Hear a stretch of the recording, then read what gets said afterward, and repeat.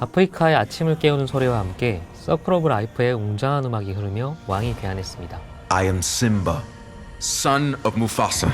디즈니의 32번째 장편 애니메이션인 라이온킹은 90년대 디즈니 극장용 셀 애니메이션으로 대표되는 디즈니 르네상스의 정수를 모은 작품이었습니다.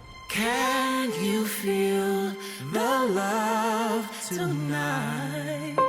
무엇보다 엘튼 존이 작곡한 서클 오브 라이프, 하쿠나 마타타, Can You Feel the Love Tonight은 95년 당시 나란히 아카데미 주제가상 후보에 올랐을 만큼 명곡입니다. 이 노래들이 나오는 순간 명장면들이 자동 재생되는 거죠. You have to take your place as king. 예고편이 공개됐을 때까지만 해도 사람들의 기대는 끝까지 차올랐습니다. 알라딘의 첫 번째 예고편이 공개됐을 때 반응과는 사뭇 달랐죠. 알라딘이 원작에서 상당히 벗어난 파격의 캐스팅 때문에 나름의 반발이 있었다고 하면 라이온킹은 실사 영화로 그대로 옮겨온 것 같은 사실적인 CG 덕분에 기대를 한몸에 받았습니다. 하지만 막상 뚜껑을 열어본 결과 알라딘은 예상 이상의 만족감과 흥행을 달성한 반면 라이온킹에 대한 반응은 살짝 엇갈리고 있습니다. 제 개인적인 결론부터 말하자면 애니메이션을 실사화했다. 그게 전부인 영화였습니다. 요컨대 존 파브로의 라이온킹을 이야기하려면 최근 디즈니의 욕망에 대해서 이야기하지 않을 수 없습니다. 그래서 이번 시간에는 라이온킹, 왕의 귀환이 아쉬울 수밖에 없는 이유에 대해 몇 가지 짚어보려 합니다. 오늘 썸 타볼 영화 라이온킹입니다.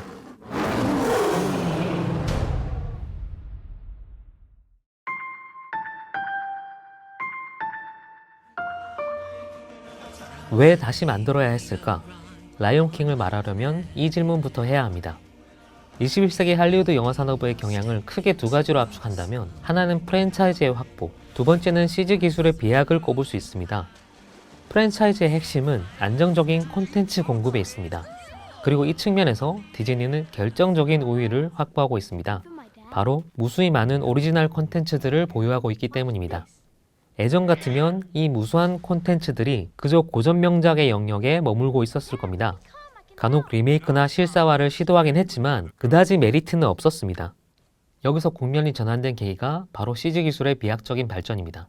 CG의 발달과 함께 부상한 것 중에 하나가 애니메이션이라는 장르입니다. 뭐든지 그릴 수 있는 시대가 도래한 거죠. 다만 문제는 무엇을 그릴까인데 예컨대 어벤져스는 실사 필름을 뼈대 삼아 CG를 통해서 그려진 영화입니다. 한편 정반대로 CG로 그려진 세계를 뼈대 삼아 실사 필름을 모방하는 영화도 있습니다. 존 파브로 감독의 정글북이 대표적인 사례라고 할 수 있죠. 디즈니 애니메이션의 실사화 프로젝트는 그렇게 시작됐습니다. 그리고 그건 오직 디즈니만이 갱신할 수 있는 겁니다. 예를 들면 신데렐라 이야기 자체는 누구나 다시 만들 수 있지만 우리에게 대표적으로 인식되어 있는 신데렐라의 이미지는 디즈니가 디자인한 창조물이죠. 덧붙여서 이야기를 새로 쓰는 과정에서 시대에 맞게 여러 가지를 수정, 보완할 수 있는 강점도 있습니다. 알라딘에서 자스민 공주의 역할과 비중이 늘어난 것이 대표적인 예가 될 수 있겠네요. 언제나 이야기와 소재의 고갈에 시달리는 할리우드 영화 산업 입장에서 이만큼 풍족한 보물창고도 또 없습니다. 일석이조의 적절한 업데이트인 셈입니다. 디즈니 실사화 프로젝트는 두 가지로 나뉩니다. 라이온킹은 신데렐라, 미녀와 야수, 말레피센트, 알라딘 같은 실사화 영화와는 다소 차이가 있습니다. 후자는 말 그대로 실사 영화입니다. CG의 힘을 빌려서 표현이 불가능했던 것들을 실사의 영역에서 표현해내는, 기본적으로는 실사 영화의 애니메이션을 보조장치로 사용하는 프로젝트입니다. 살아있는 배우가 역할에 캐스팅되는 것만으로 새로움이란 요소의 상당 부분이 충족 내지는 결정되는 거죠. 반면 존 파브로가 연출을 맡았던 정글북과 라이온킹은 이야기가 약간 다릅니다. 이건 어디까지나 포토 리얼리스틱한 이미지에 기반한 애니메이션입니다. 두 가지는 지향하는 방향에서 결정적인 차이가 납니다. 알라딘이 라이브 액션을 기반으로 CG를 빌려오는 것이라면 정글북은 CG를 기반으로 라이브 액션의 관습들을 빌려온 결과물입니다. 자, 여기서 존 파브로의 라이온킹이 선택한 길이 문제가 됩니다. 라이온킹은 어디까지나 애니메이션입니다. 실제 동물들을 연기시킨 게 아니니까요. 하지만 실사 영화의 감각을 극한까지 전달하고 싶었던 것 같습니다. 존 파브로 감독은 항상 완벽한 샷을 담아내기보다는 완벽한 일출과 완벽한 하늘 표현을 더 중요시했다. 촬영 감독의 이 멘트에 라이온킹의 욕망이 담겨 있습니다. 동시에 모순도 여기서 발생합니다. 포토 리얼리즘에 입각한 이 영화의 CG 그래픽은 매우 사실적입니다. 그 사실적이라는 정보의 근간은 실제 동물들의 형태, 표정, 동작에 있습니다. 하지만 생각해보면 우리는 동물의 표정을 읽을 수 없습니다. 그래서 그들의 몸짓이나 행동을 통해서 감정을 유추해야만 하는 거죠. 라이온킹의 동물 묘사의 근간은 실제 동물들의 사진 이미지에 근간을 두고 있습니다. 그러다 보니 사자는 물론이고 하이에나, 코뿔새, 멧돼지, 미어캣 등 모든 동물들의 표정을 읽어낼 수가 없습니다. 심지어 숫사자인 심바와 무파사, 암사자인 사라비와 랄라 등 사자들끼리도 구분이 쉽지 않습니다. 인간의 표정 연기로 치면 그들의 눈가와 뺨, 그러니까 입 위쪽의 근육은 거의 움직이지가 않습니다. 동물의 얼굴에 인간의 입모양만 움직일 뿐이죠. It's a gift he'll never forget. 존 파브로 감독의 전작인 정글북만 봐도 그렇진 않습니다. 정글북에서는 인간 표정을 베이스로 동물들의 얼굴을 재현합니다. 선명하진 않지만 어느 정도는 표정에서 희노애락이 감지됩니다. 그게 가능했던 건 실사 배우가 한 명 있기 때문입니다. 덕분에 각 동물 캐릭터들에게 어느 정도의 애니메이션적인 과장과 변형이 허용됐습니다. 그런데 라이온킹에서는 그게 거의 생략되어 있습니다. 그러다 보니 연기를 못하는 배우들의 딱딱한 더빙 드라마를 보는 것 같은 거리감이 발생해 버리는 거죠. 내셔널 지오그래픽을 보는 것 같다는 감상은 거기서 나오는 겁니다. 존 파브로 감독은 실사화의 우선순위에 대해서 심각한 착각을 해버렸습니다. 캐릭터의 표현이나 서사보다 실사의 재현이 더 중요한 사항처럼 다뤄지고 있죠. CG를 통한 실사화는 기본적으로 기존의 대상을 흉내내는 겁니다. 정글북에서 흉내낸 대상은 동물을 찍은 사진 이미지입니다. 만약 인형을 흉내내면 토이스토리가 되는 거겠죠. 그러니까 중요한 건 무엇을 흉내내는가에 따라서 결과물의 성격마저 바뀌어버린다는 겁니다. 초창기의 CG가 사람을 닮으려고 할수록 언캐니 밸리, 그러니까 낯설고 어색함을 일으켰던 거는 대상의 모든 정보를 옮기려고 했기 때문입니다. 무엇을 흉내내야 할지를 착각하면 기괴한 혼종이 나타나기도 합니다. 제작 중인 캐치의 실사판이나 소닉의 실사판이 적절한 예시가 되겠네요. 흉내라는 건 생략과 강조가 동반되어야 합니다. 어떤 부분은 강조하고 어떤 부분은 일부러 느슨하게 만들죠. 그게 사진과 구분되지 않는 CG를 만드는데 결정적인 역할을 했습니다. 정글북이나 혹성 탈출 등은 그런 결과물입니다. 그런데 여기엔 또 하나의 비밀이 있습니다. 이미지는 동물을 흉내내되 동작, 표정 등은 인간의 그것을 따온 겁니다. 그래서 풍부한 감정도 함께 읽을 수 있게 되는 거죠. 실제 동물과 별반 차이 없는 질감 위에 인간의 패턴들을 입힌 캐릭터는 그렇게 태어났습니다. 그리고 우리는 그걸 보고 사실적이라고 감각하죠. 단언컨대 그것은 일종의 착시입니다. 그럼 진짜 자연, 진짜 동물을 그대로 모사하고 CG로 구현했을 때 어떤 결과가 일어나느냐? 바로 라이온킹이 되는 겁니다. 그걸 기반으로 인간적인 동작이나 대사, 연기들을 입히려다 보니 겉도는 느낌을 지울 수가 없는 거죠. King? Simba? We kneel before you as loyal servants. 라이온킹에는 꽤 많은 감정적인 클로즈업들이 들어갑니다만 카메라가 신바를 비롯한 캐릭터의 표정을 잡으려 하면 할수록 더 어색해집니다. 반대로 롱쇼트로 거리를 벌리고 전체의 실루엣을 보여줄 때는 생동감이 더해집니다. 무파사가 밤하늘의 별을 보며 신바에게 조상의 영혼에 대한 얘기를 할 때 도로의 실루엣만이 남는 장면에서 오히려 감정적인 설득력이 더해지는 거죠. 이 영화에서 가장 생생한 표정은 바로 무표정입니다. 기억나는 장면 중 하나가 신바와 랄라, 티몬과 푼바가 프라이드록을 되찾기 위해서 하이에나 무리를 뚫고 침입하는 장면입니다. 여기서 하이에나 무리의 주의를 끌기 위해서 푼바가 미끼 역할을 하게 되는데요.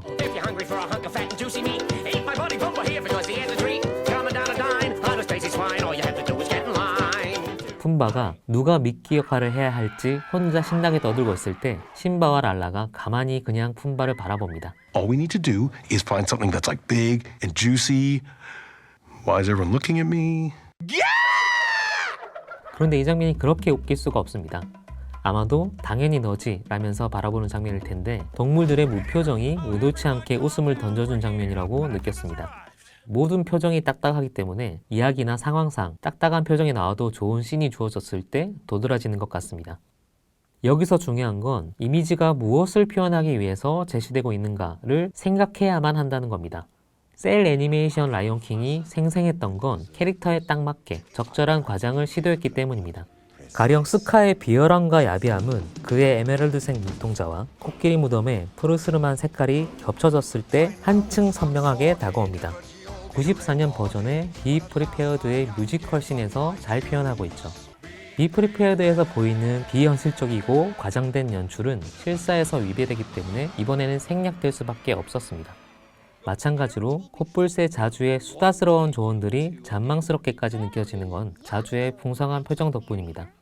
티몬과 푼바의 총천연색의 화려한 삶은 그들의 과장되고 극적인 동작 덕분이기도 하죠.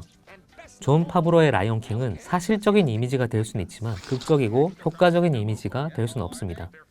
심바가 밤하늘 구름더미에서 아버지의 영혼을 만날 때 셀 애니메이션은 아버지의 형상을 직접 보여주고 CG에서는 단정할 수 없는 애매한 형상을 보여줍니다. 아마도 진짜 구름의 형태 속에서 그걸 발견할 수 있도록 존 파브로의 표현을 빌리자면 자연을 포착한 장면이겠죠. 하지만 그 장면은 도리어 감정을 애매하게 만들어버리는 결과를 초래했습니다. 왜냐하면 그 장면 자체가 그렇게 열린 이미지들을 통해서 포착을 할 필요가 없는 장면이었기 때문입니다. 우리가 라이언킹에서 보고자 하는 건 자연 다큐가 아니라 캐릭터와 드라마인데 말이죠. 존 파브로의 라이온킹에서는 자연 다큐의 생생함을 더할수록 이야기의 생기가 희미해지고 움직임마저 둔해지는 느낌을 줍니다. 마치 초창기 모든 걸 재현할 수 있다고 믿었던 CG의 패착을 보는 것 같습니다. 여기서 다시 라이온킹을 왜 지금 이 시점에 다시 만들었냐라고 질문하면 디즈니는 이걸 왜 다시 만들어야 하는지 제대로 고민하지 않은 것처럼 보입니다. 25년이 지난 후 라이온킹이 어떤 달라진 메시지를 줄 수 있는지에 대한 고민, 스스로에 대한 성찰과 갱신이 여기에 없습니다. 그저 돈이 되는 프로젝트니까, 기술적으로 할 수 있으니까 지금 할 수 있는 최상의 기술을 쏟아부어서 자랑했을 뿐입니다. 왜가 부재하니까 어떻게가 제대로 된 방향을 설정할 수가 없습니다. 그렇게 뭔가 하고 싶은 게 있었다라기보다는 할 수 있으니까 그냥 해버리는 리메이크는 굳이 왜 했지? 라는 의문을 남기는 결과에 머물고 말았습니다.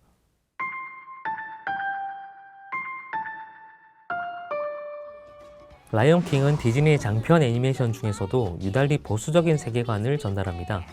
햄릿, 리차드 3세의 틀을 빌려왔지만 죄와 존재의 내면적인 갈등 등 메인 테마는 매우 보수적으로 혹은 단순화되어서 해결되어 버리고 결국엔 적장자에 의한 왕의 승계라는 보수적인 세계관 아래 수렴됩니다. 심바가 왜 왕이 되느냐? 여기에는 당위는 없습니다. 그냥 그렇게 태어났으니까 그런 겁니다. 시대와 환경이 바뀌었는데 똑같은 이야기를 반복할 때 감동도 똑같으리란 법은 없습니다. 그런데 2019년의 라이온킹은 생명의 순환이라는 거대한 모티브에서 벗어날 생각은 아예 접은 채 이번에는 이야기마저도 순환시킵니다. 돌고 돌아서 결국 제자리라는 말입니다. 이번 영화에서 가장 인상적인 장면 중 하나가 성인이 된 심바의 털이 여행하는 장면이라는 건 의미심장합니다. 94년 버전에서는 바람에 날린 심바의 털을 원숭이 라피키가 잡아서 심바의 생존을 눈치채는 짧은 장면이었는데 이번에는 대자연의 거대한 사이클로 확장됐습니다.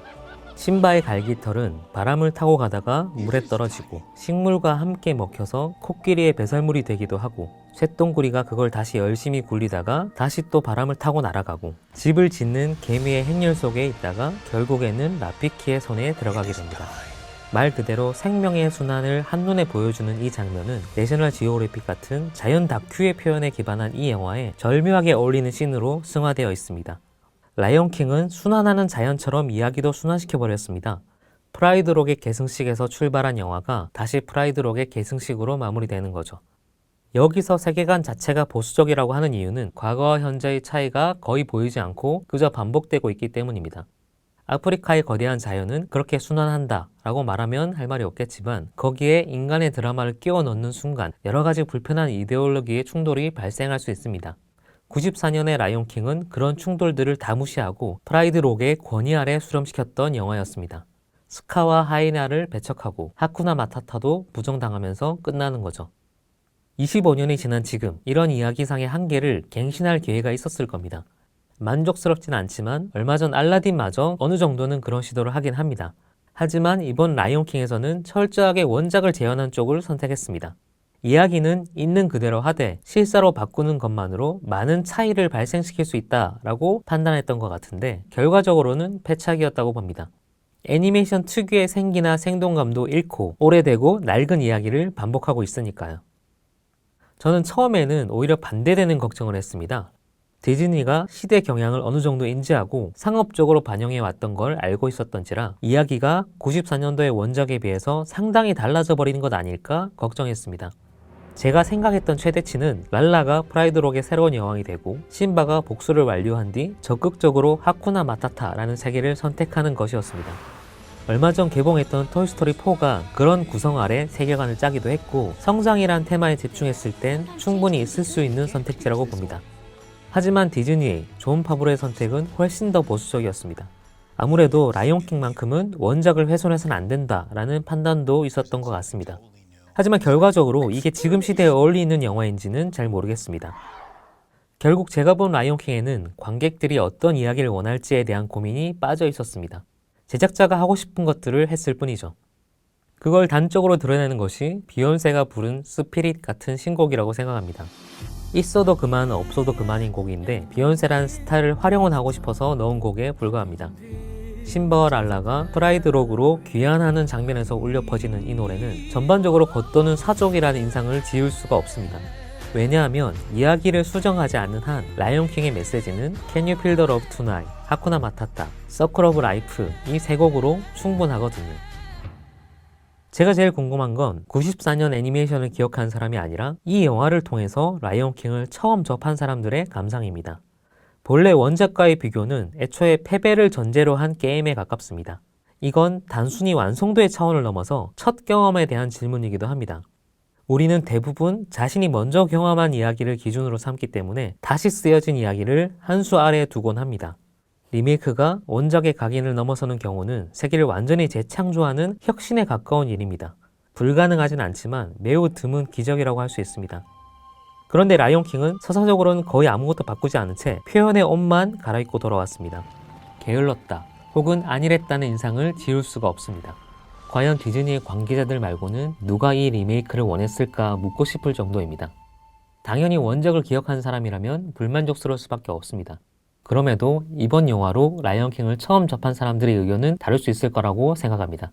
저는 그분들의 감상이 앞으로의 디즈니의 행보를 결정할 거라고 생각하고 있습니다.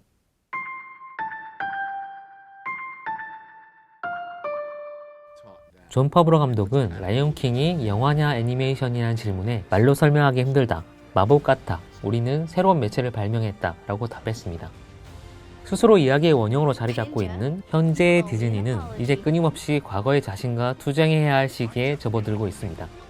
존 파브로의 라이온킹이 또 다른 도약의 전환점이 될지 아니면 다시 한번 기본으로 돌아가는 숙고의 계기가 될지 그것도 아니면 거대한 순환의 일부에 불과할지 지켜볼 일입니다.